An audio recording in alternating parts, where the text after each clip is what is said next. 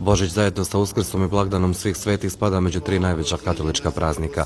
Gvardijan Franjevačkog samostana u Tuzli poželio je vjernicima da ih prati mir i blagostanje. Svečanost polnoćke kao slavljenja rođenja Isusa Krista uvijek iznova iznosi osjećaj mira, ljubavi i zahvalnosti u svaku dušu. Nekako temeljna poruka i za vjernika i za svakoga kršćana jeste da tu božićnu poruku ne živimo samo u božićno vrijeme. Ovih dana kada budemo imali ukrašene trgove, kada budemo imali ukrašeno božićno drvce, kada nam gori božićne lampice, nego da tu božićnu poruku živimo svakoga dana. Običaj nalažu da se ovaj blagdan provodi u krugu porodice i najbližih prijatelja, kao i tokom drugih blagdana u porodicama u kojima se slavi Božić, spremaju se tradicionalna slatka i slana jela, te se obilaze prijatelji i dočekuju gosti.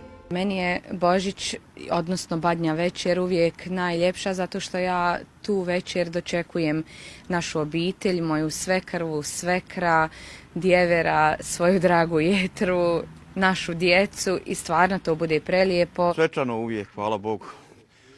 Sa porodicom, prijateljima, djeca dođu iz inostranstva, tako, kumoma, brat.